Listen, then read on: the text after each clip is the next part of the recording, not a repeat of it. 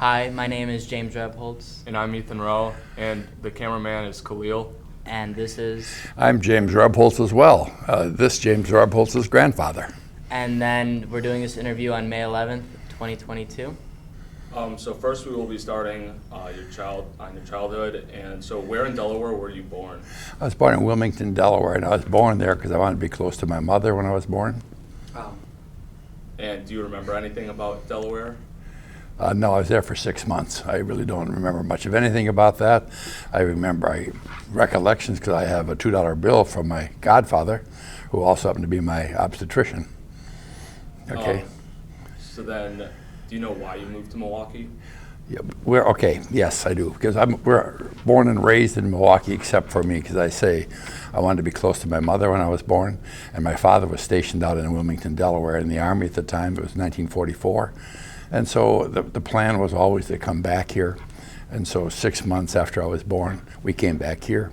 And in fact, we moved into my grandfather's house at the time because my aunt also lived there because her husband was in the war as well. So you had 11 siblings, so what was it like? I have 12 siblings, actually. Sorry. I'm the eldest. Okay, but one of them died at birth, basically. What are they all like? They're a diverse group of people. Trust me on that one. There's 7 boys, 4 girls, and they range anywhere from business people to homemakers. So did you share any bedrooms with your brothers or sisters? I'm the oldest. I didn't, but most of the other ones did share a bedroom. We had a relatively good-sized home, and so I got my own room. Today's standards would probably be a closet, but at the time it was a room. And since you had so many people in your family, how did you guys all travel together? Did you just have a big car, or? Well, we didn't travel a lot, but we always had what they used to call a station wagon back in the old days. Right now, these are the days well before minivans. And so with a family that large and obviously coming along every year and a half, 2 years, we didn't do a whole lot of family traveling. Okay. What's the difference in age between you and your youngest sibling? I am 78 years old, and my youngest sister is 22 years younger than I am. All right, and then so you went to Holy Cross, and how did you get to school every single day? I walked, and it's not uphill or downhill barefoot. I walked to school every day. For the first 4.5 years of my life, I lived on 59th in Michigan, and Holy Cross is on 54th and Blue Mound, which is about a 4-block walk. So I walked to school every day. So in kindergarten, and in kindergarten, I moved down the street to 47th in Wisconsin. And obviously as a kindergarten person, my father would drop me off or something. Otherwise, I walked. So did you have any favorite subjects at Holy Cross, or did you have any teams that you did, like sports as a middle schooler? We didn't have a lot of sports in the days of the, remember that was 1949, 1950. There were not a lot of sports events in grade schools at the time. Later on, a little bit towards 7th, 8th grade, I played a little basketball with the school. You didn't have subjects per se. It was really a traditional education. And we were, by the way, all taught by nuns, school sisters of Notre Dame. And I can remember every one of them if you'd like to know. And so it was not a distinctive career course you're going to follow in grade school. Yeah, was there any mean nuns, nuns that would or would all of them slap you on the hand with a ruler? Well, that's a myth. They didn't have to slap you on your hands because in those days you were frightened to death that a nun's habit would even brush against your arm for fear that your arm would fall off. Their discipline was basically by a good look. And if they really had a difficult time, they'd either threaten to call your parents or call the priest in. Were you a bad student, or? No, actually, I wasn't a bad student. I graduated second in my class from Holy Cross. And did you have a best friend in grade school, and do you still keep in touch with them?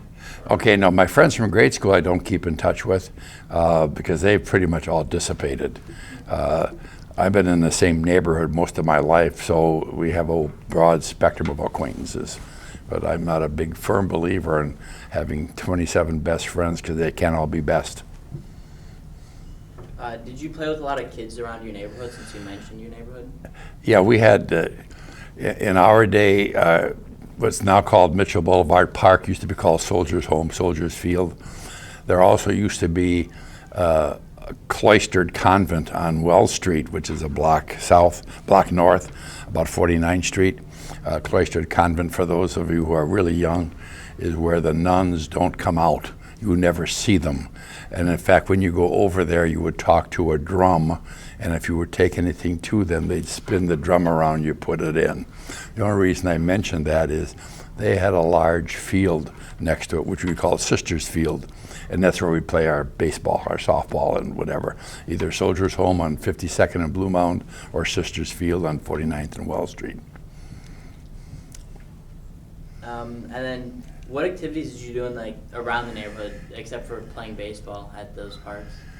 What activities did we do? Yeah, like anything else. Well, we'd walk up to the corner candy store once in a while, but other than that, there weren't any extraordinary, other than playing. We did homework. We had homework in our day every night at school, and the nuns would give you homework. How much would you pay for a piece of candy at these stores, and where was the store? Okay, the store was on 51st and Blue Mound Road, and in those days you'd pay a nickel for a bubble gum pack of card. Tops was still in existence then. You'd pay a nickel for a package of baseball cards with a bubble gum in it. And then, did you remember circus parades? Because there used to be parades downtown. Okay, the Circus Parade is a relatively recent marvel, to be perfectly frank.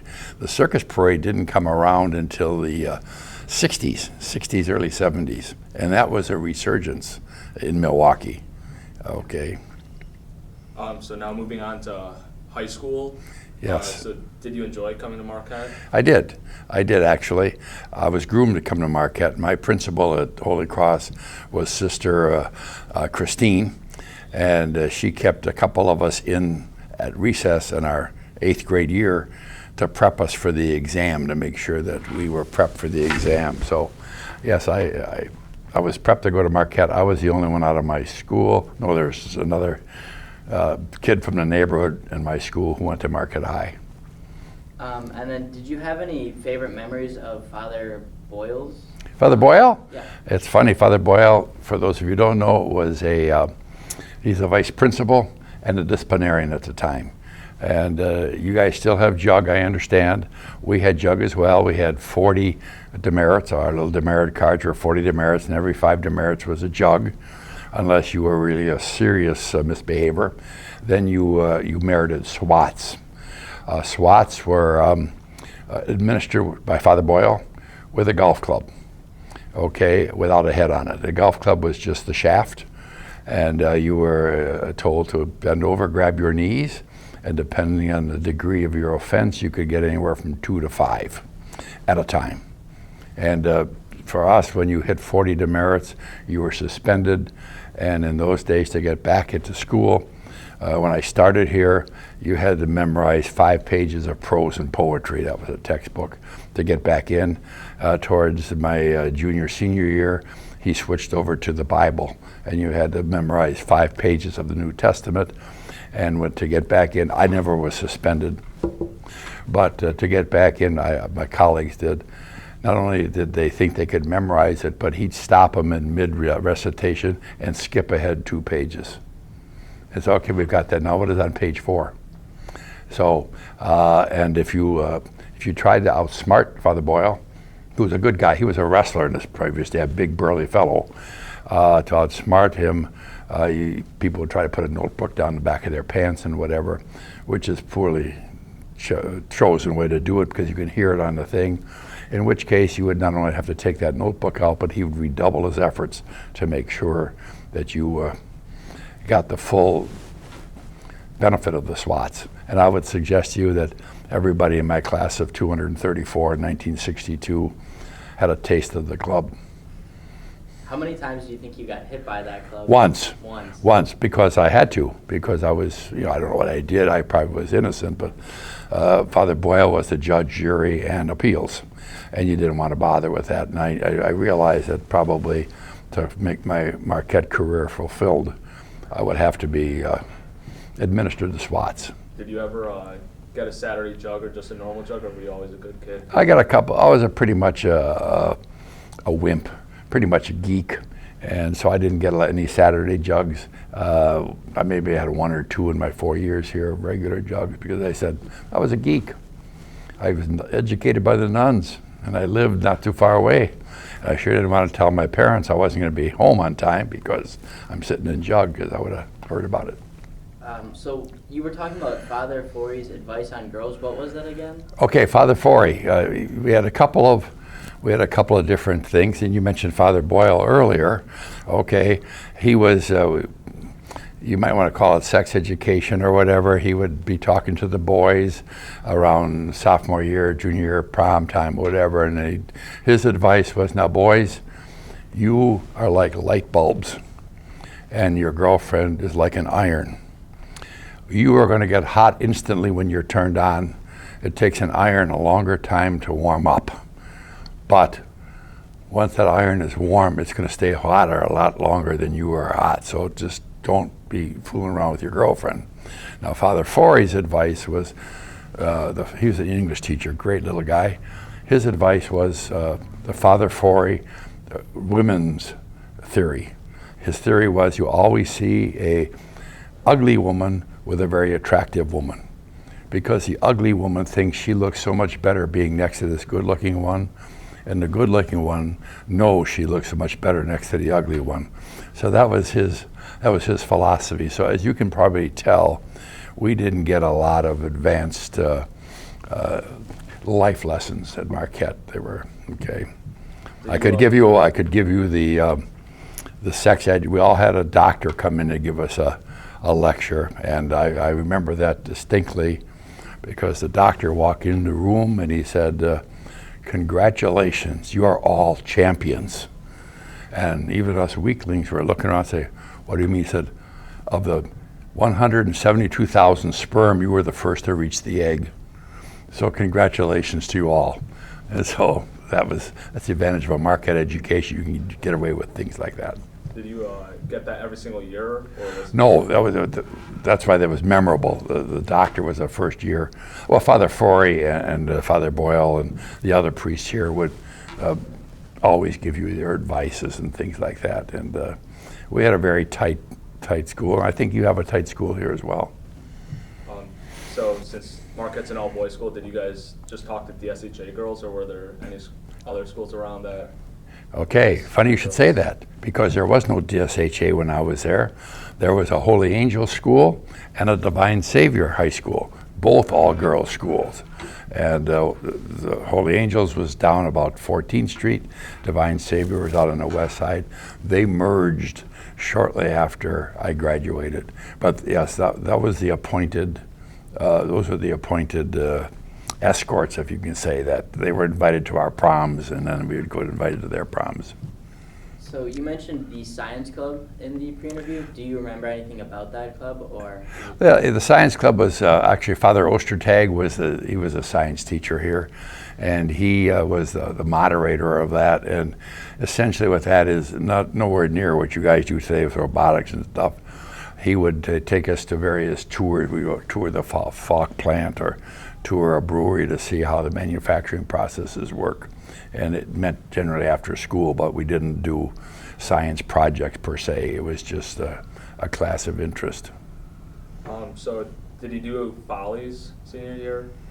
Did I do follies? Yeah. No, I did not do follies, but we had follies. Yeah. We did have, that was a typical thing, the senior follies. And we had a theater group here, actually. You probably still have them here. They called them the Market Players. And those were boys who were dedicated to be wanting theater people. So yes, we had those.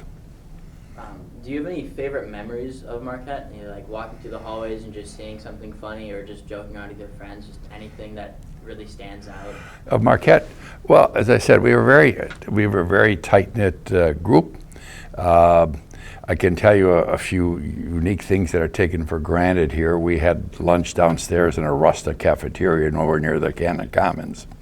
And one of my classmates was a guy named Groff. And one of the major soda companies in Milwaukee at the time was Groff Soda, his grandfather. And of course, Grandpa Groff root beer was the rage at the time. Now it's Sprecher root beer, whatever. Anyhow, you would go down to your lunch, and you'd pay your nickel or whatever it was for your soda, and you have a pick of soda. The priest at the end, Father Shinners, would hand you what you wanted. That was my first exposure to 50-50. But anyway, so that was our lunch, and so I can remember that, learning the different kinds of sodas we had, because at the time we didn't have a lot at our house. We also had various appeals time to time, mission appeals. One of the mission appeals was for an old 1930-40 car or whatever, which is kind of a junker, and it was sitting in behind the school here. And you'd bring money for chances, et cetera, and so forth. And so that was one year, the mission appeal. My classmate, Ed Dixon, won that, and he took it home and built a rod out of it. Another fundraiser for Mission Week or whatever was you still did the same thing with your contributions, but for that you got a hammer to wreck a car. They had an old wreck that you would just beat up with a hammer. And that was before the environmental concerns and things like that. It was always behind the high school. Other than that, we had great football teams at the time. We had great sports teams at the time. So those are some of the memories, just the camaraderie of my classmates. And we'd go off campus for lunch an awful lot. We'd go to a restaurant on 35th and Wells, and right around the corner on 34th, there's an apartment building that still stands there with a little alcove. 3 or 4 of us would meet there every noon for lunch. Would you go to the football games every week or any other sports events? I didn't go to the sporting events every week, no. I'd go to once in a while, I'd go. Did you have any favorite teachers at Marquette? Well, at Marquette High, I think Father Forrey was a good one. He was an English teacher. Nothing stands out. Our homeroom guy was good, Dan Kenny. He was a scholastic at the time, and we called him scholastics at the time. But anyhow, I thought they were all very high-tech. We had no women teachers at Marquette at the time on the faculty. The only woman, there were 2 women in the school. One was the secretary and one was the librarian. But other than that, it was indeed an all-boys school, and it was kind of administered that way. So I thought all of the priests were very, and the scholastics more, were pretty fair. Were you academically smart? Like, did you turn in all your home assignments, just excel in high school, or did you slack off a little bit? Because did you finish second in your class from middle school? Well, when you say slack off a little bit, I don't know what that means. Because I slacked off a lot. You see, when I was admitted here, you were admitted, they had 7 groups, that we called them. Your class was divided into 7 groups, 1 through 7. Based on your entrance exam scores, et cetera, and so forth, and whatever else they use with tea leaves or something like that. And then after the first quarter, they'd reevaluate you after you got here to see how you did. Groups 1 and 2 were for the brainiacs because they had to take Latin and Greek. That was okay. And after that, for the rest of us. So it was ingrained in me how tough Marquette's going to be and how much homework you have to do, and you really got to stay studying. And when I went, they always had a pre-summer camp for 2 weeks to tell you how to study. Well, I must have done very well, because after I started here in group 5, okay, and after the first quarter, I got moved to group 3. Because nobody got moved to group 2 or 1 after the first quarter, because those poor devils had to already be studying Greek and Latin. So I got moved up to group 3, and I was kind of surprised at that, because I thought, well, this was kind of easy. This wasn't so bad. So I thought, why do I have to do all this studying and things like that? I'll just sit and pay attention, and I can get by, which I did. I would memorize the blackboard and listen to the lectures and pass exams after that. So got through 3 3/4 years doing that. 4 and 3. Yeah, go ahead. Well, since it's we're seniors right now, but do you remember doing anything for senior year, like at the end of the year? So, like, did he do senior pranks or senior skit? I don't know if there's that thing. Well, seniors, if anything, the senior skit would have been like the Follies. We didn't have anything radical like is going on today. Senior pranks were pretty much somewhat very mild. You have to remember we had corporal punishment in our school, and you know, you hear this from all old people like myself, but parents were a lot stricter in those days, and they paid attention to you. And what's probably noteworthy that I can tell you here from looking at the school today, very, very, very few kids had cars. We didn't even have a parking lot for students. Students were discouraged from taking cars. So on a typical school day for 2 blocks, it was lined almost double curbs on both sides of the street with hitchhikers. Okay, and in my day, we still had a streetcar, a real one, not like the ones downtown. And the streetcar stopped at 35th and Wells. And so there wasn't a lot of opportunities to bring things for a senior prank and whatever, because you'd have to transport them on the bus or in some poor guy's hitchhiking car. So. Did you ever do anything outside of school? In high school, anything memorable? Like, would you go out with your friends on like drives or go to like diners, or did you have any sweeties in high school? Okay, basically speaking, at that time, another popular thing in the Catholic diocese here was CYO, Christian Youth Organization, and there was basically a CYO league of sports or whatever, so I played basketball in the CYO league. CYOs, virtually every parish had them in this town. They would have frequent dances. And those dances, we'd hire a disc jockey or a local band. And so that's what I would do outside of school. We'd go to activities like that.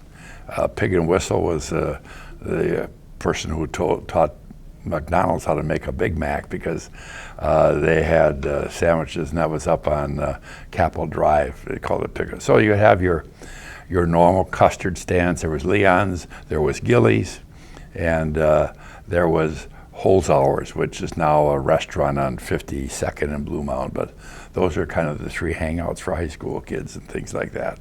If you had to pick Leon's or Gillies, which one's better?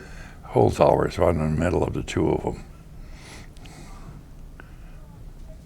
So we're gonna move on to college now. Okay. So why did you choose Marquette University for college? Okay. First of all, I was comfortable with it. It's in the city.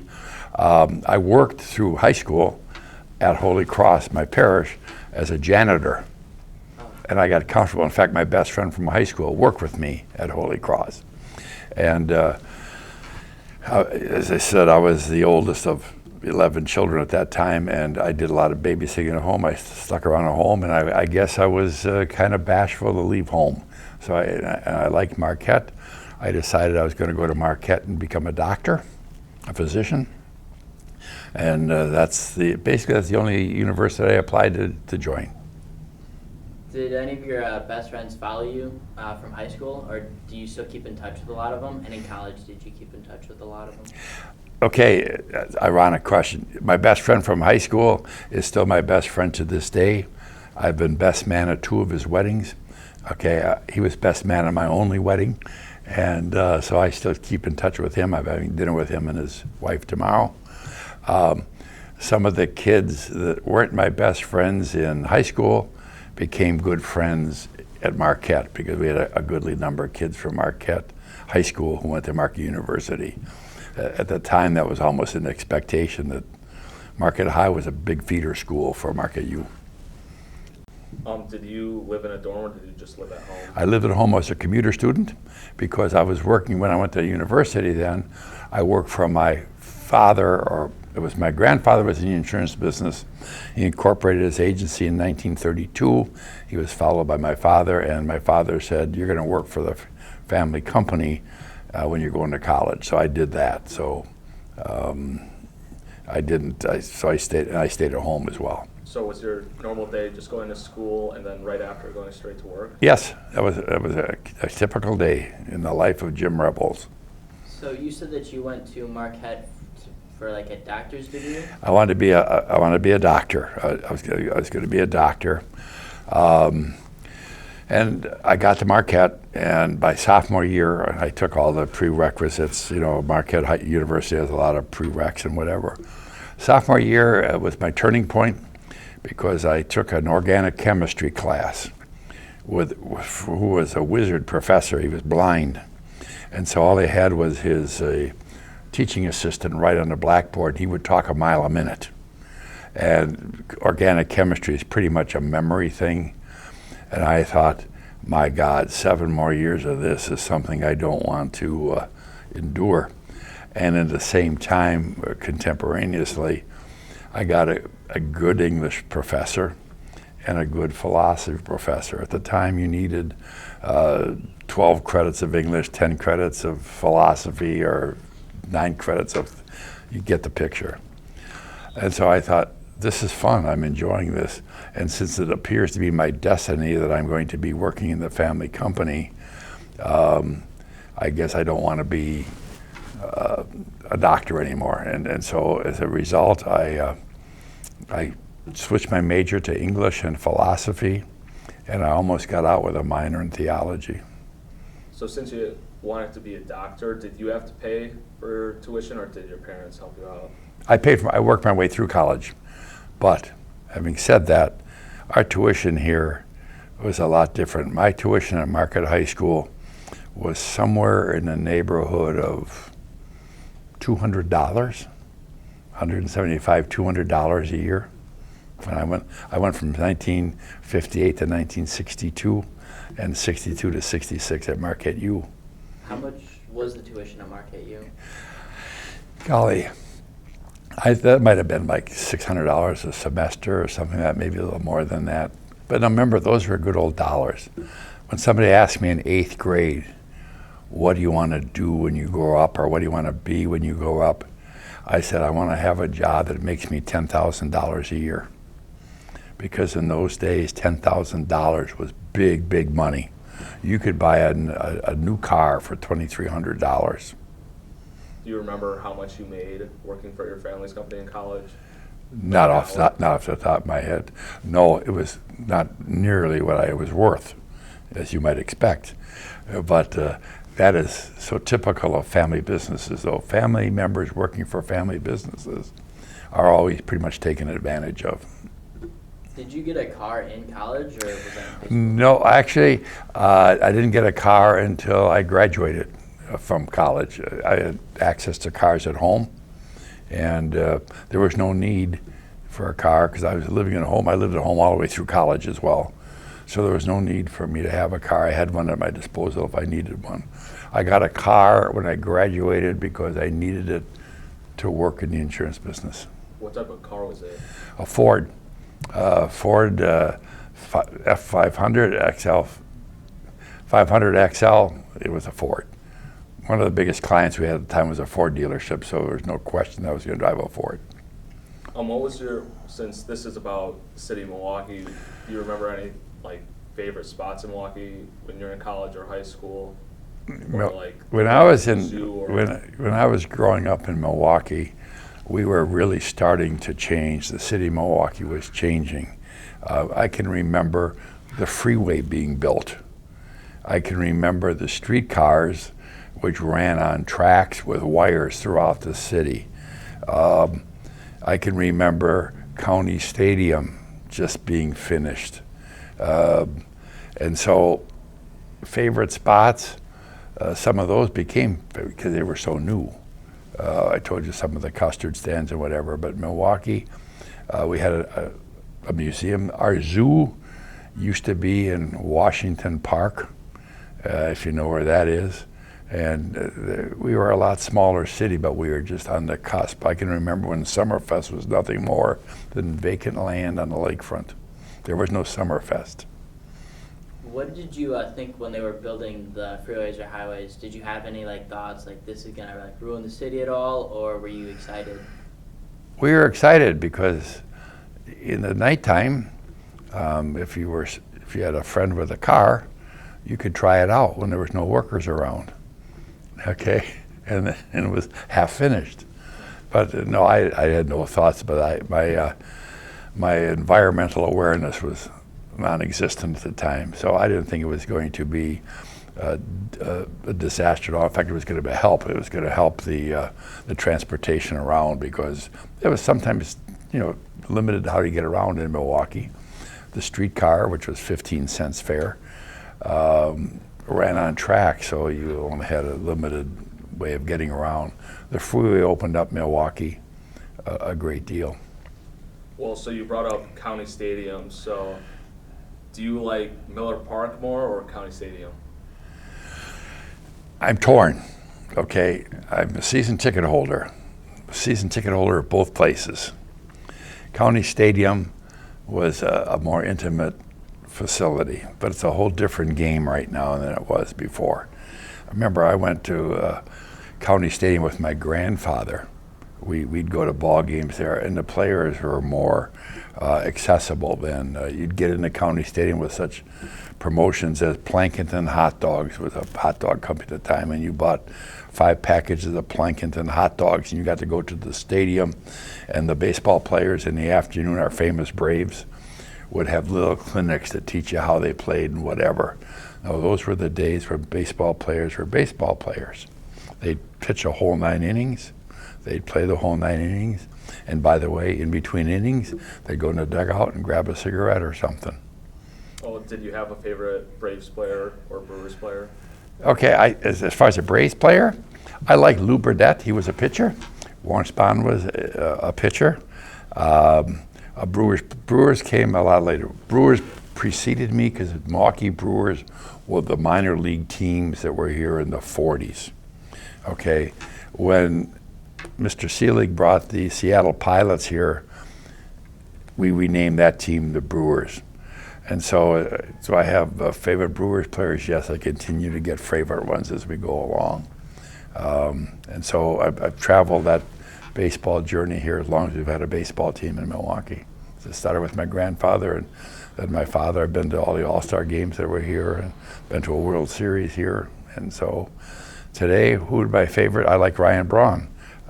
Today, I like Christian Yelich. I'm a little upset about him. He hit for the cycle today, by the way, on May 11th. Even though we got smoked by the worst team in the major league, Cincinnati Reds, we lost 14-11.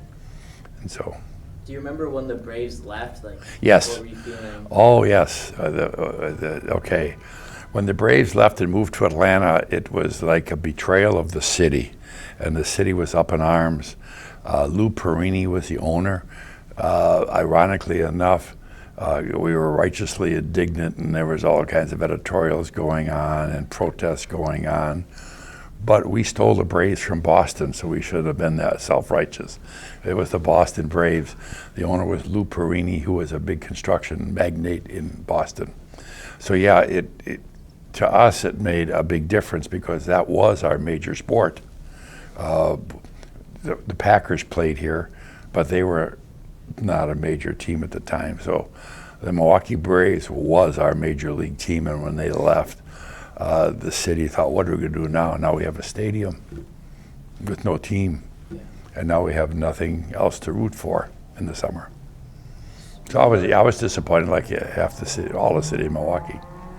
When Miller Park was built, that one crane fell at that one point in time.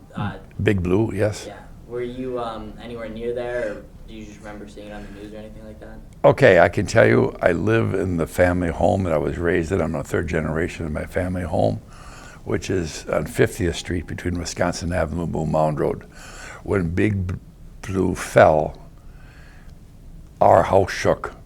That's how loud how hard the concussion was and the fell. So I happened to be home when that collapsed. What was your first idea, like when you heard that happen? Did you know? I didn't know it was a crane. I thought, what the heck is this? Is it an earthquake or something like that? But of course, the news media was flooded with the crane falling over. Well, so the movie Major League was filmed at County Stadium. Yes. Did you ever audition or anything? No, I was never auditioned for an extra because I had access to the stadium with my season tickets and whatever, but it was a great movie. Still is to this day. Since you had your season tickets and you go to a lot of games, do you have any memorable games at County Stadium or Miller Park that just stands out? Golly, there have been so many. Probably one of the most memorable games for me was the last game at County Stadium. You know, it was an emotional thing. County Stadium was destined to be demolished, and it was the last game. They had a ceremony after the game. The ceremony was really a heart-wrencher. Bob Bucher was our announcer at that time. He has been for 50-some-odd years. And he would talk about the memories as they go, and as he talked about a memory, one light would go off. They'd turn off the lights at a time, and I resolved myself, I'm going to buy my last beer and stick it in my pocket for my last beer at Miller Park. And it was, we were going in lights by lights by light, and I ran into my son, who happens to be this James's father, who was at the game. I used to take my kids to the game a lot. And we met downstairs, and he said, thanks for all the fun you gave us at the County Stadium on behalf of my brothers and sisters, which caused me to get emotional and waste my last beer. So I said, okay, we have to have a toast with our last beers. And so I had my last beer bottle from Miller Park, not my last beer. But it was memorable because the final saying was, goodbye, old girl, and they turned the last light out. What beer was your last beer there? Miller Genuine Draft. Did you ever tailgate before any games, or did you always just bring food in to watch? No, never tailgated. We didn't take much food in. Food and drinks were a lot more reasonable in the old days. Tailgating was a relatively recent phenomenon, more with Miller Park than County Stadium in my memory. And for what you probably don't realize, County Stadium was built on an old dump, built on an old landfill. So Hank Aaron, do you have any memories of him, or like were you at the game when he had his home run record? Yes, I was at that game, but that was kind of anticlimactic. I was at Hank Aaron when he was a young player, and he was a vibrant, dynamic player. Remember, Hank Aaron went to Atlanta, and he hit his last home run here because he came back in his retirement year specifically for that purpose, to be a Milwaukee Brewer and hit his record-breaking home run here. And I still think he's got the record, in my opinion, because the people who have erased that number have all been PED'd, so to speak. They're all outed as performance-enhancing drug guys. So since the Brewers were in the American League back then, who was the rival since the Cubs were in the National League? So our rival at that time would have been the White Sox or the Cardinals, and not much change, Chicago or St. Louis. Oh, I'm sorry, the Cardinals were National League. Our rivals at that time were primarily the White Sox. So when you went to Brewers games as like a kid, or when you went to Brewers game as like the adult bringing your children there, were there any worries of any kind, or like what was kind of the rundown of the games? Would you just sit down and watch, or would there be like a lot of buying of concessions or anything like that? Or was there a lot of what? I don't understand the question. So when you went there as a kid, or Yeah. when you brought your children to the games? When I went there as a fan, okay. Yeah. Did you buy anything there? Like, did you buy any memorabilia or any concessions? Mainly concessions, memorabilia. Like today, you get more memorabilia. In the early days of baseball here, and even, I would even suggest to you, even up until Miller Park came around, there was no such thing as a bobblehead or giveaways at the stadium. So you would, in those days, you would treasure a foul ball or a broken bat, because you get a broken bat from time to time. So we mainly bought concessions. did you ever catch foul balls or home run balls or? Foul balls. I sat in the grandstand or the mezzanine. Yeah. Mm-hmm. And beer was pretty plentiful at that time in the stadium because Milwaukee used to be the beer capital of the world. Well, speaking of beer, what's your favorite Milwaukee beer? Miller? No, actually not. I used to detest Miller beer. My favorite beer growing up was Schlitz. And I say growing up because I'd go to my grandmother's house, which was right around the corner from my house, and she'd give me a beer when I walk home from Marquette High and stuff. She taught me how. Anyway, so Schlitz was always my favorite. Now I consider myself kind of a sewer, and so my favorite beer is Free, whichever one you buy me. Okay, but I drink Miller now from time to time, but no, Schlitz was my favorite. And it still is once in a while when I get it, but. With all the breweries around here, Yes. sometimes if the wind was right, I hear that you would be able to smell like hops and all the other grains from the breweries. Do you remember any of that? No, there's not a lot of breweries like there used to be. Right now there's craft brewers. In my day, there used to really be brewers in town. There used to be a Schlitz Brewery, Pabst Brewery, Gettleman Brewery, and Miller. Okay, those are the big three. And a lot of people, unfortunately, forget that between Anheuser-Busch and Schlitz, they used to alternate between being the largest breweries in the world. Okay, one year the biggest sales were Schlitz. The next year the biggest sales were who did I just say? Schlitz and Pabst. Miller was a distant third. And Miller only had Miller beer. There was no light beers in the good old days. I said about Anheuser-Busch. Pabst was number 2, and then the mergers started coming along, and the Eline family owned Schlitz. Okay, actually, it's one family tree that owned most of the breweries. The Elines and the Pabst intermarried. And so there was ownership between the two breweries. Mr. Eline, Bob Eline, who was the guy who was big for polo and had a polo field, changed the formula, as some business guys do. Once the formula changed, the popularity went into the dumper, and so they ultimately sold to Stroh's. And the beneficiary of the Pabst and the Millers, of the Pabst and the Schlitzes being sold out of towners, that's when Miller started its ascendancy. And now Miller has become the most popular beer in Milwaukee. And you mentioned the Circus Parade a lot earlier.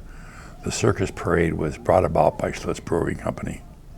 They financed the whole parade, and their public relations director, Ben Barkin, orchestrated the parade, and that's because we usually had a circus parade in Milwaukee, is because the Circus World Museum is in Baraboo, Wisconsin, and that's where the parade came from. Those are all the original wagons they had in their collection, and took a year or two to produce the first parade because they had to refurbish all the wagons. But so today the breweries you have in Milwaukee are craft breweries, and that's a whole industry and a hobby all by itself. So with family life, how did you meet your wife? I met my wife in church at a midnight mass on Easter. You see, my best friend and I from Marquette High School and whatever, we had been to the tavern. Lent was over, and I think it was Easter. And but we promised my mother that we'd pick her up and take her to midnight mass. That's when midnight mass was, midnight. And I said, we'll come home and pick you up, and our intention was we'll go back to the tavern afterwards. And in those days, taverns closed on Saturday night at 3:30. So we did that, and my cousin and her best friend at the time, her friend, sat in the pew behind us. And my mother, her aunt, said, "Oh, would you ladies like a ride home?" And of course, they said, "Well, certainly." And so my cousin lived about 2 blocks from me.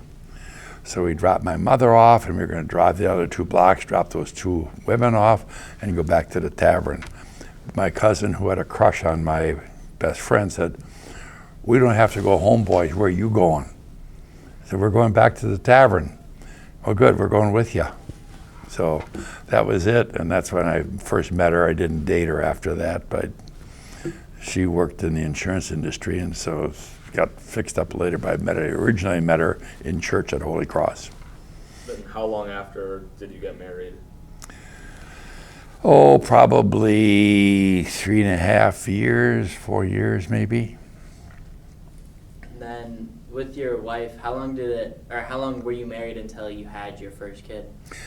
11 months to the day. And how many kids did you have? 7. And 17 grandchildren today, thriving. How did you deal with financing all of those children in your house? Well, hand-me-downs for one.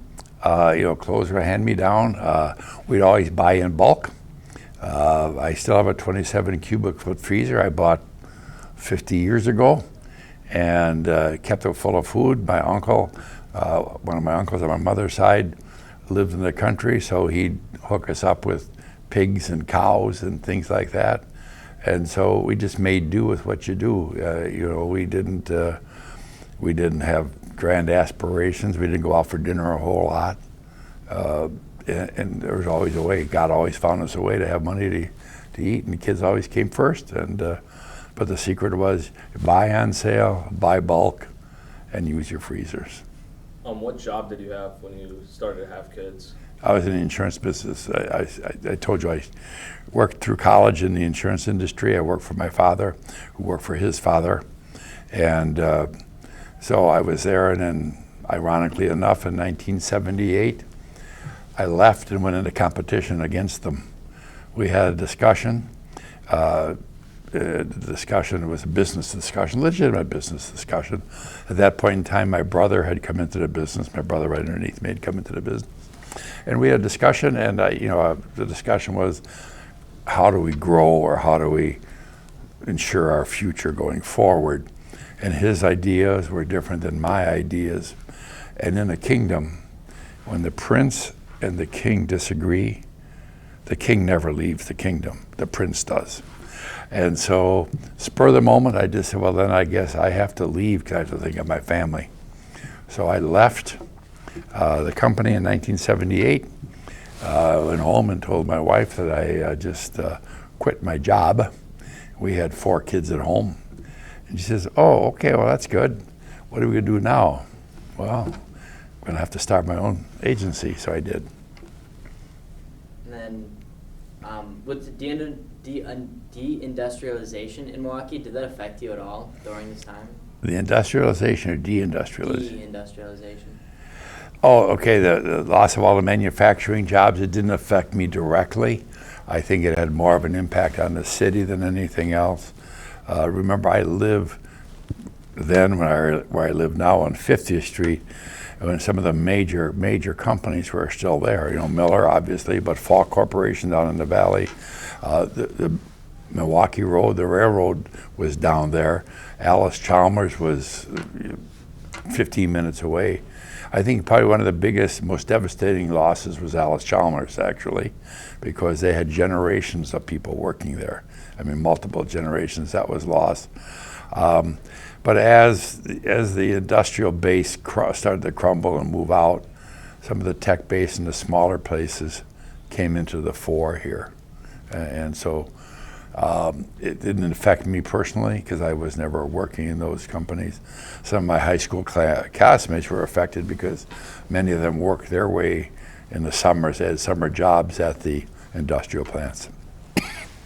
And then how did you start up your insurance company? Like, how did you get your name out there, and why is it called Rebholz Associates rather than like another Rebholz Insurance? Okay, well, the second question is easy. I started in because I remember I'd been in the insurance industry at that point in time for 15 years.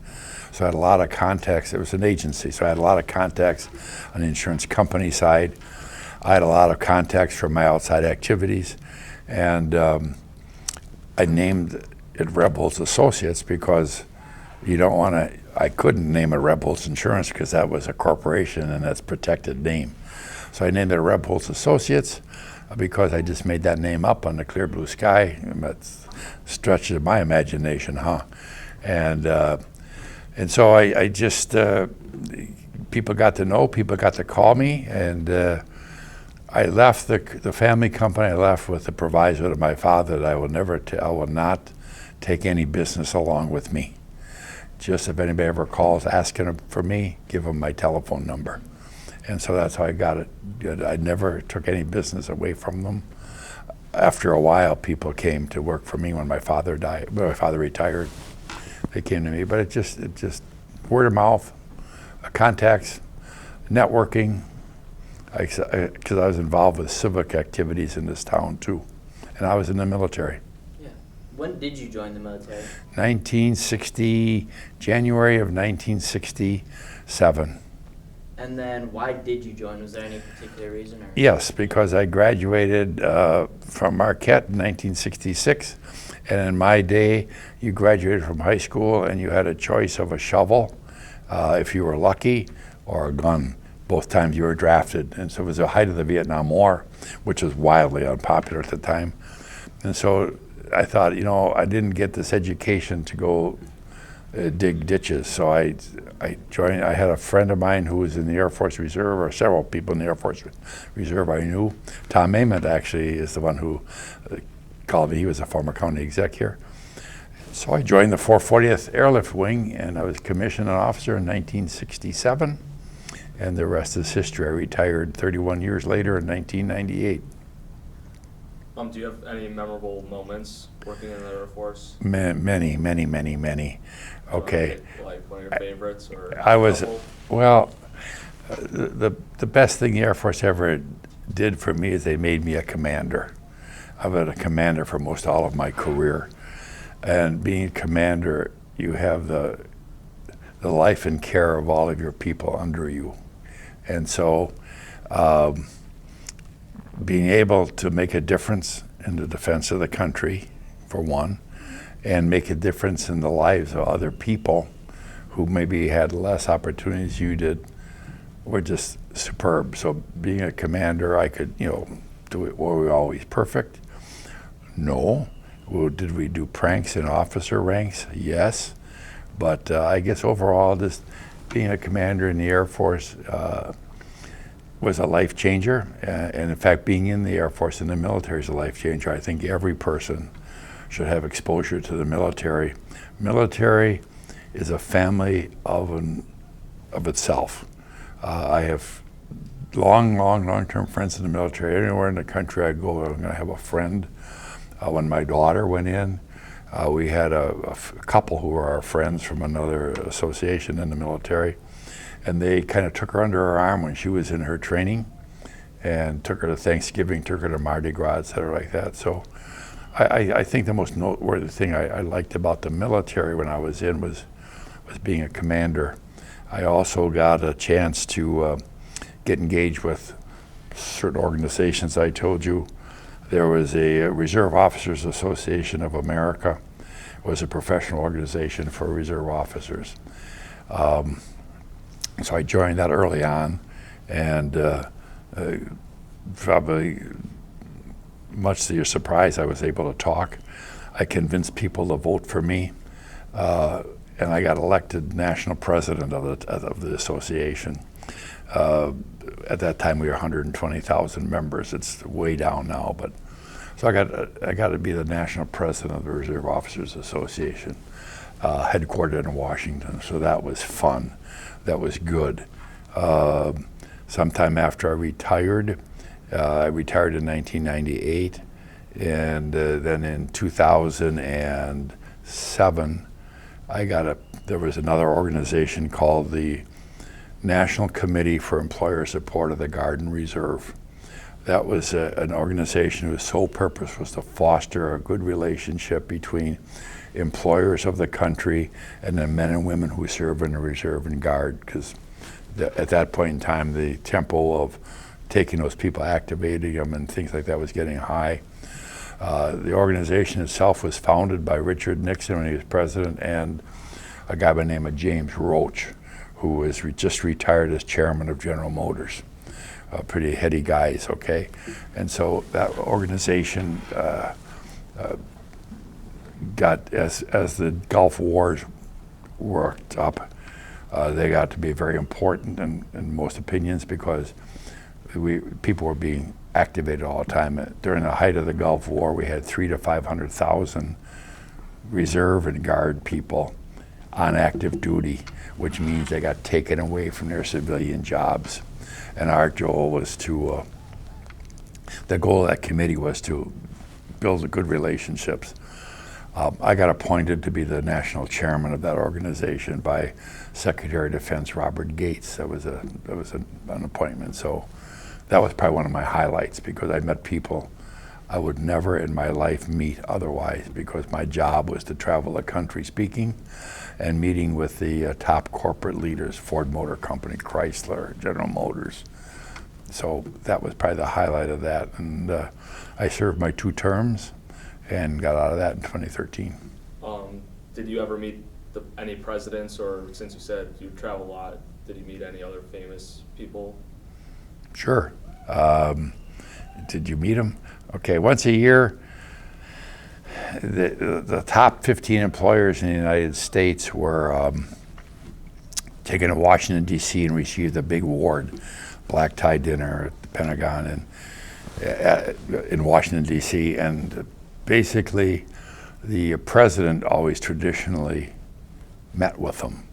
Okay, President Obama didn't, but he had his vice president meet. Vice president would be Joe Biden. And so one year, being a national chairman, one year his wife, Joe, was our keynote speaker at our banquet. So I met her and did her.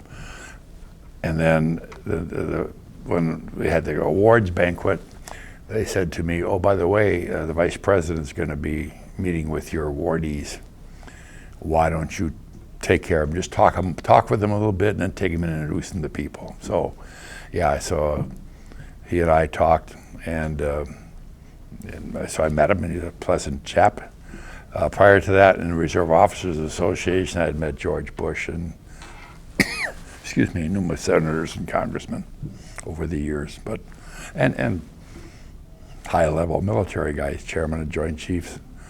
You know, there was a kid from Milwaukee was awestruck with all the people he met. As I said, how many people can say you've walked into the office of the chairman of Ford Motor Company, not once, but 2 or 3 times, and have lunch and have autographed cars and things. So, yeah, so I was afforded the opportunity to meet a lot of those type of people here. Did you ever have to leave the country while in the Air Force, or did you just do stuff? I know not really. I was not activated or mobilized, as the term is. Most of my stuff was in the career. As part of the succession plan for the Reserve Officers Association, there's an international association of reserve officers that meets in Europe. It's basically a NATO organization. So as the past president for 3 years, I had to travel to Europe twice a year to meet with the international people. Where in Europe? Let's see, Brussels at least once a year. Madrid, where different capitals. I spoke in Turkey. That was when I was chairman of the reserve of the ESGR. I had to travel to Turkey to be a speaker over there. So I traveled frequently to Europe in those years. So going back to the very beginning of your journey throughout the Air Force, Yes. You said in our pre-interview that you enlisted as like a cook, to be a cook in the Air Force? Yes, okay. As was fashionable in the day, if you could get into a Guard and Reserve unit, you weren't going to be drafted. So you would take whatever position they offered you. So I got sworn because I got my draft notice, and they said, whoops, you come down here tomorrow and we'll swear you in. And we'll find a spot for you. So I got sworn in and found out later I got sworn in as a cook. Okay, and they said, okay, you are now a member. Congratulations and a welcome. You're not going to leave for basic training for a few months now, but you're in, so don't worry about it. Well, some weeks later they called and said, would you like to take an exam to see if you qualify to be an officer? Which I did. Apparently I passed the exam, and they said, okay, you're going to officer training school. That was my first real departure from my home.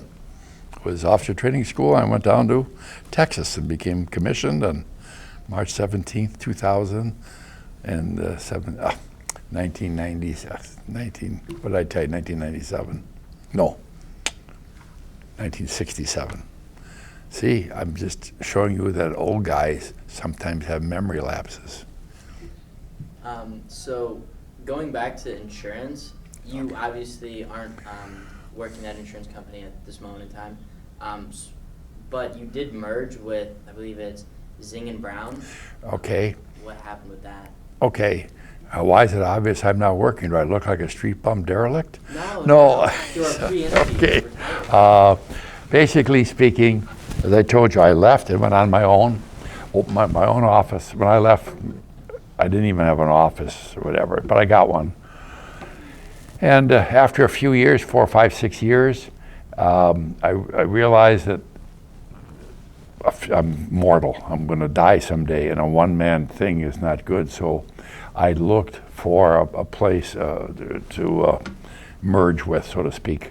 And as it turned out, one of the longtime women who worked for us at Rebholz Insurance at that time had moved on to work for Zing and Brown. She connected me with the people over there.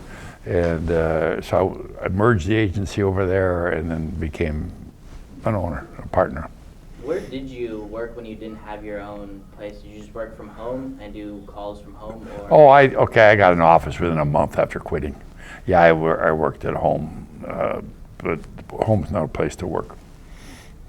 Did you enjoy doing insurance more or military stuff? Military, much more. I figured, insurance was never my love. I didn't much care for. Remember, I was going to be a doctor.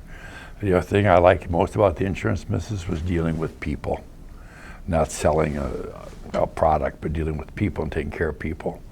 I liked the military more because I felt I had more of a direct influence and contact with people because a broader exposure for one.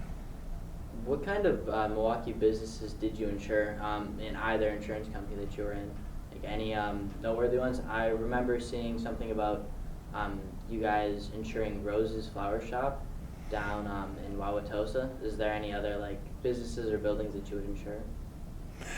Well, the funny thing, one of the main reasons for me departing from Rebholz Insurance is we insured Schlitz Brewing Company, okay, which is a pretty good sized client, okay, and my thought was, I said, this can't be forever. What happens if Schlitz moves on? And my father said, well, then I'll quit or something like that, okay. And so I said, well, I can't depend on that to be my life for the rest of my life. And prophetically, a year later, they sold the Strohs and moved to Detroit, and that went away. I hesitate to name companies because if I forget one, I'm insulting somebody who one of your classmates might be the grandson of one of those other companies, and he might be slighted. So Rose's Flower Shop would be typical small, it would be called a smaller commercial Main Street type of business. And that's where I specialize in, mainly Main Street type businesses. So throughout your life in Milwaukee, how did you see everything else change around you, especially politically? How did that all change and revolve around you, and where did you stand on all of that? Okay, good question to ask. I've seen a lot of changes in Milwaukee. I live in the center of Milwaukee, as you might expect. I told you 50th Street between Wisconsin Avenue and Blue Mound Road. I'm the third generation in that home, so I know a lot of history before that.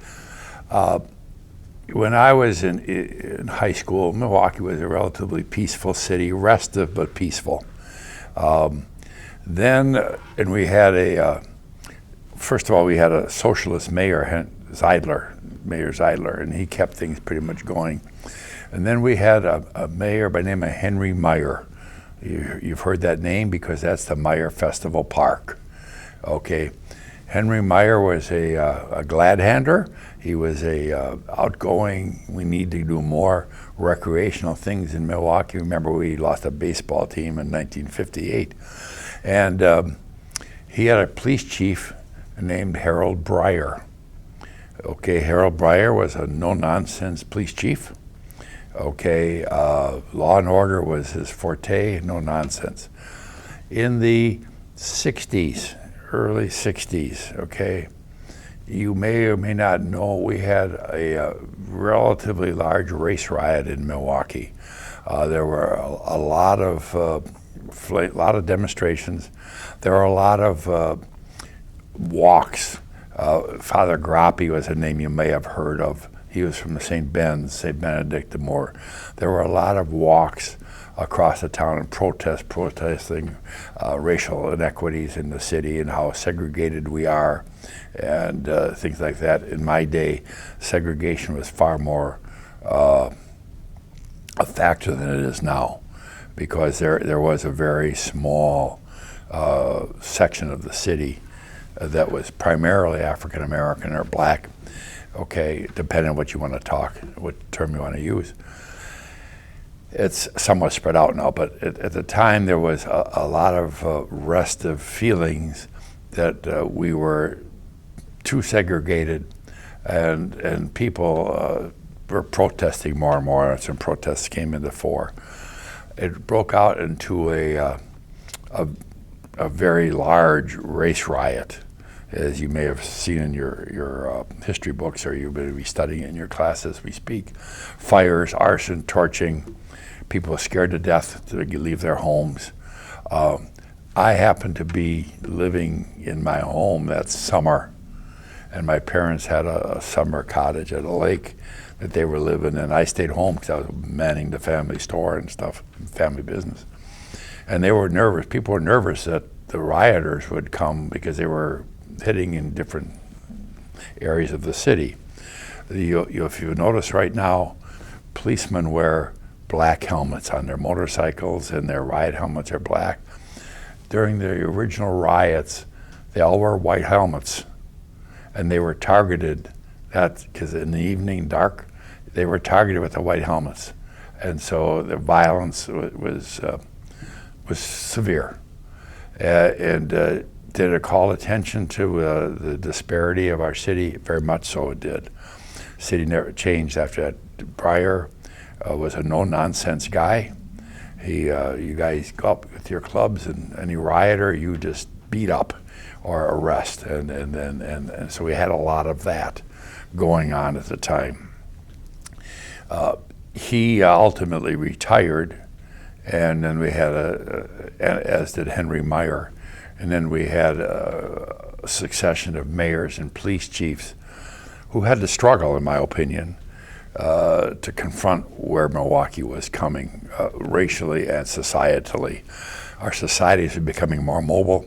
We were getting to be, younger people were more active, more encouraged to be active, and more involved around. So that caused Milwaukee to kind of take a look at itself and do some little introspection, and it's changed. And so what used to be a core ceased to be a core. We then had a south side of largely Hispanic population, okay, and basically people started spreading out, and so we were confronted in the city that you might have a mixed race on your mixed racial makeup of your neighborhood. Heretofore, that never was the case. I mean, everybody was in their little square, and people became more mobile as that, and our schools became integrated. During that time, we also had a lawsuit about integrating schools, and busing became a thing of the reality, whereas you were forced to bus. And in fact, in my neighborhood, there's a grade school, public school, Holly Road School on 55th in Wisconsin, 5 blocks away. Okay, my children would not have been allowed to go to that school after the riots and after the court suit was settled, because they were white, and you had to have a certain percentage of black pupils in every school. And so people were bused outside of their neighborhoods. Now, if you want my personal opinion, I think that was wrong. because I think it was handled wrong. And the biggest thing I thought was handled wrong is it looked like it was a Band-Aid.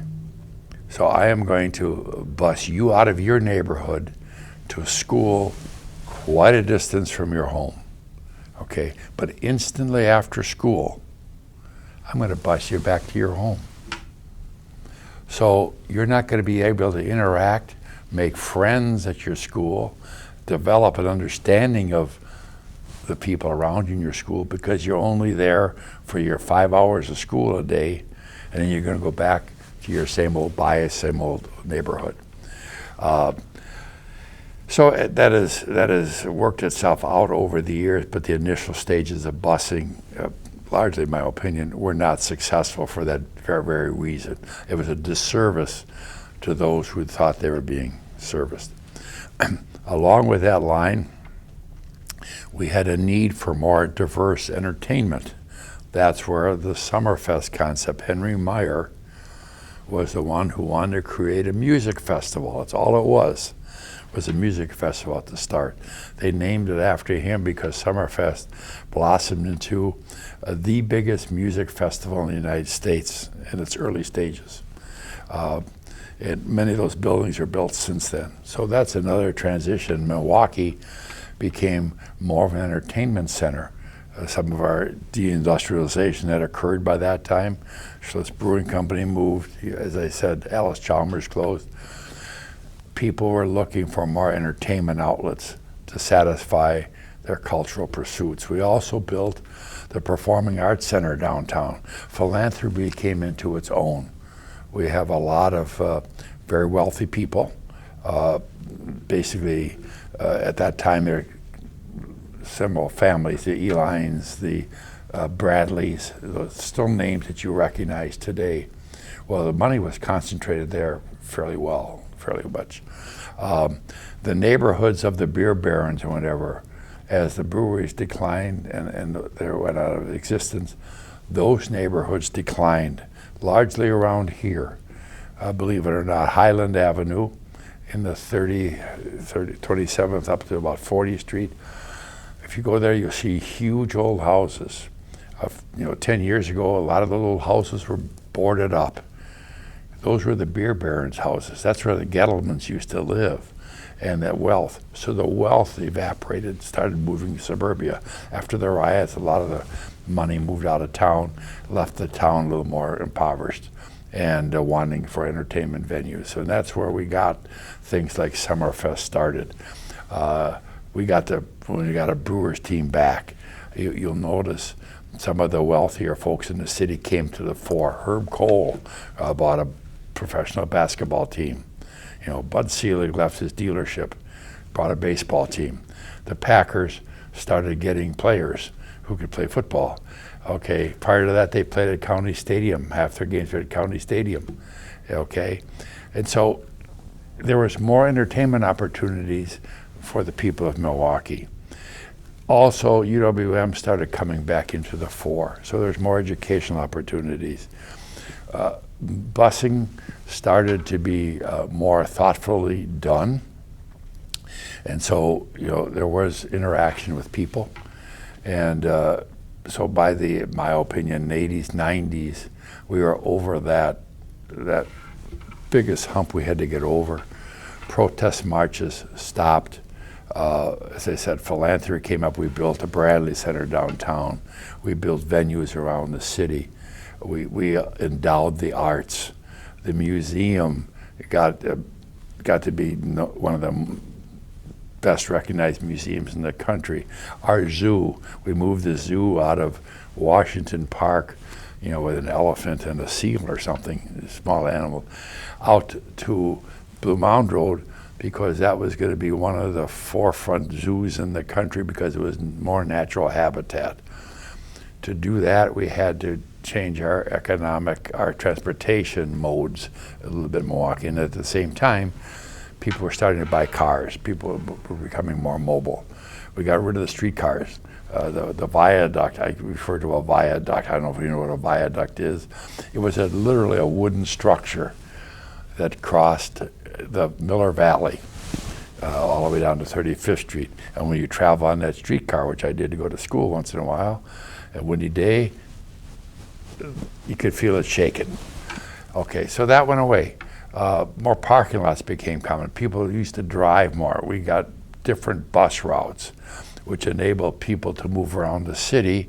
And then you had companies like Briggs and Stratton out on the west side who were hiring, and they became a large employer force, which again afforded people the opportunity to move out of heretofore small neighborhoods. And I'm not just referring to racial, I'm referring to ethnic as well.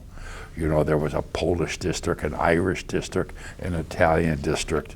You know, you heard of the Italian Community Center. That was the 3rd Ward, that's down there.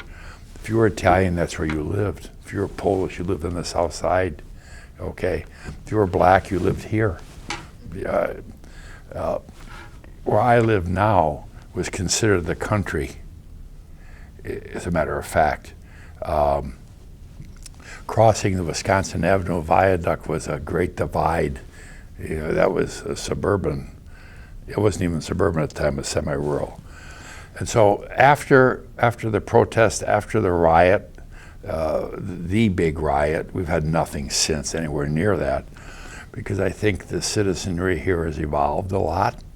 Our political structures has evolved quite a bit. We have a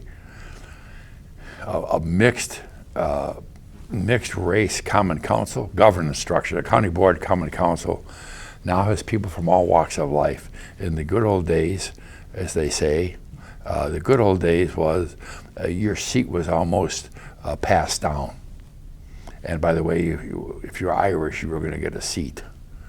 And so there was very little new ideas, fresh ideas coming into our governance in the city.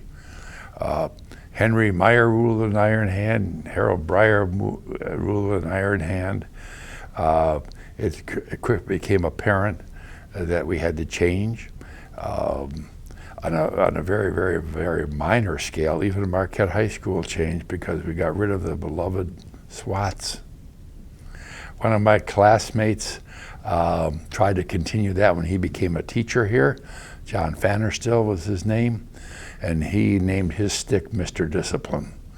But after that, it's all gone away because, you know, some people say it's the age of enlightenment. It's not. It's just the age of realization that we are all different.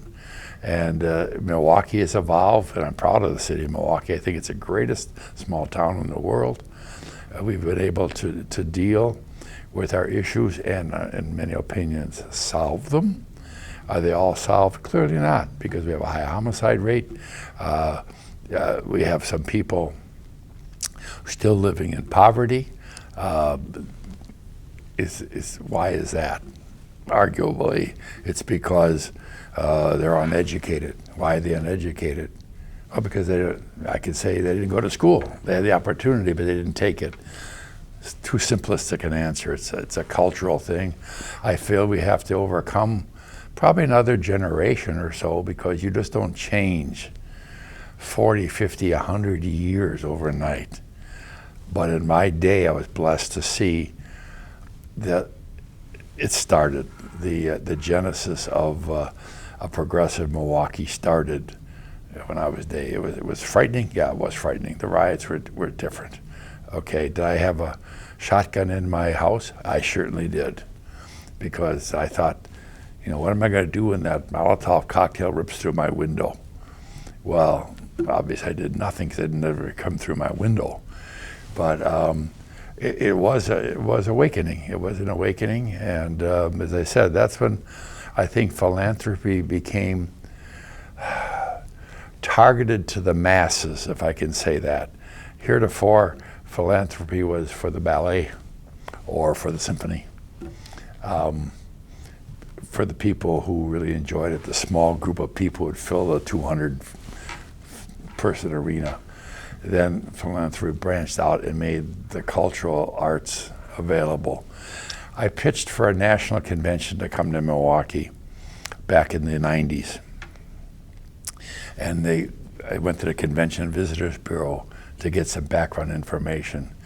I lived here all my life, and I didn't realize what Milwaukee had. At the time I pitched, Milwaukee had the only classical ballet symphony, fine arts theater, and all the major league sports in Milwaukee.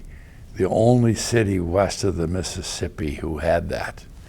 Even Chicago didn't have all what we had and things like that. And so we were a real diamond, but we never really exposed ourselves to that. And part of the unrest led to, I think right now we have a civil society here in Milwaukee. Are there political differences? Always will be. That's why we have a bi-party system, or why we have a democracy.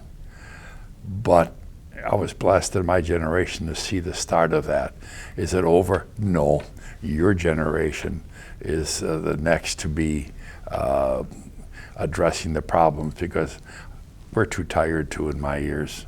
You know, right now I'd rather just sit back and watch the Brewers dump a brew down my throat, maybe sit in my backyard and have a cocktail. No, not seriously, but because we do worry about our grandchildren. And money became more available. Jobs, wages started going. You know, we didn't touch about the economic situation other than the fact I told you could buy a car in 1950, brand new one for $2,300. You know, when I was in high school, I always said to my dad, maybe I should buy a car. And I remember looking in the Nuwan ads, $700, $800 for a 3 or 4 year old car. That was way beyond my means at the time. But so wages started increasing. Remember, there was no McDonald's when I was growing up. McDonald's Corporation came into existence during my lifetime. And as those type of opportunities came into town for employment, it expanded horizons for the youth and the middle-aged people. And I think it's been a benefit to the city. So yeah, those are some of the things that I'm proud to see Milwaukee change through. And sometimes I'm not proud, because we tend to sometimes circle the wagons and say, well, we've done enough. We haven't. We haven't. I'm proud to see religion coming back into our city a bit. Now it's no longer, you're no longer a weird person for going to church. You'll see Milwaukee has a lot of churches. And there's a lot of churches, and a lot of reformers in this town originated in church, in the Christianity, the churches, the various churches. Catholics, obviously, but even other religions, the Baptists, etc. They've made marked strides. You always see any initiative, any social action, there's always going to be a group of church-related people backing it up or speaking to it. And unfortunately, you know, our legislature and some of the non-religious people tried to force us away from that. We're coming back full circle. Your school has been extinct. It's a Catholic men's school, which is a good thing, you know, because the way we were headed for a while was you wouldn't exist anymore because you were a Catholic boys' school. There's a women's school. There's still a school of thought about how biased can that be? That's not very reflective of society. I think a soul-sex school is wonderful, only because it affords those who want to a wide open opportunity to explore their intellectual horizons, parameters. I'm happy I went to an all-boys school. I didn't have to worry about peer pressure. Do I dress right? Do I have to make sure that Molly down the road thinks I'm a stud muffin? No longer do I have to put a sweat sock in my pants, you know, to look like a package. And of course, no longer do the girls have to go out and stuff tissue paper and things like that. And so that's why I like the education as it was. Did we have competition that day? We sure did in high school. And that's another thing that I don't know if you realize or not. In our days, there was the Catholic Conference, That's what it was called. And they had the public schools play. Now with WIAA, now we have public and private schools participating together. So that, in my opinion, has kind of benefited our whole educational system as a whole, because we have kids who understand there are differences and sports that are different. And much more than that, we'd be getting into my own political police, which you don't really want to know, because to be frank, the world would be a better place if they just recognize me and make me the king of the world. Because then I could really set things straight. If it's good for Jim, it's good for the world. Actually, a cartoon in the old days was Little Abner by Al Cap. And there was a big magnate in there called General Bull Moose. He ran the big company, you know, like Daddy Warbucks from Annie, whatever. And if it's good for General Bull Moose, it's good for the country, was his famous saying. Okay, Little Abner was a hillbilly. So anyhow, I think I've talked too much about that, but hopefully you guys in your lifetime will see a continuing transition and see a continuing expansion of civility. That's what we're lacking totally now, is civility in our society, and it will benefit all the more for it. Just don't let any more people in Milwaukee. I like it to keep it the size it is, kind of small, kind of cool. Okay. And by the way, I would walk any street in in the city, even today, with the homicide rate and whatever. I don't feel threatened by crime in the city. I don't think it's a pervasive attitude of people. I'm not going to hazard a guess as to what we're going to do to stop it, but I still think Milwaukee is clean. It's wholesome. If you have friends from out of town, they come here, they're amazed that our streets are so clean. We still have street cleaners sweeping the streets. We still have garbage and pickup, up. All those modern things like recycling. We didn't recycle in our day. So anyhow, thank you for asking me. But I believe that's all the time that we have. We're very thankful that you are here to do this interview and be our narrator. So thank you a lot. Okay, so then where, I don't want to be rude and crude, but where do I pick up my paycheck? I think they'll come in the mail. You know something? That's right. Yep, you got, there's an old joke, which I won't go because it's obscene. Yeah, the check is in the mail, yeah. And so, anyway, thank you very much for this opportunity. I appreciate it. And I'd look for, if you guys want to do more, or want to do a follow-on, I'd be happy to do it. It'd be cool. And I didn't bring any background materials. I could bring pictures from the old days and whatever, but don't worry about the old days. Worry about your future days. That's what counts. That's what's important. And that's what, that's why you're blessed to go to Marquette, and Marquette has equipped you well to take care of our world, take care of our city. And if you let me down, I'll come back from heaven. And you don't worry about acid rain. Worry about Jim's pee rain, because I'll be peeing on you guys if you let my city go to waste. Thank you. Okay.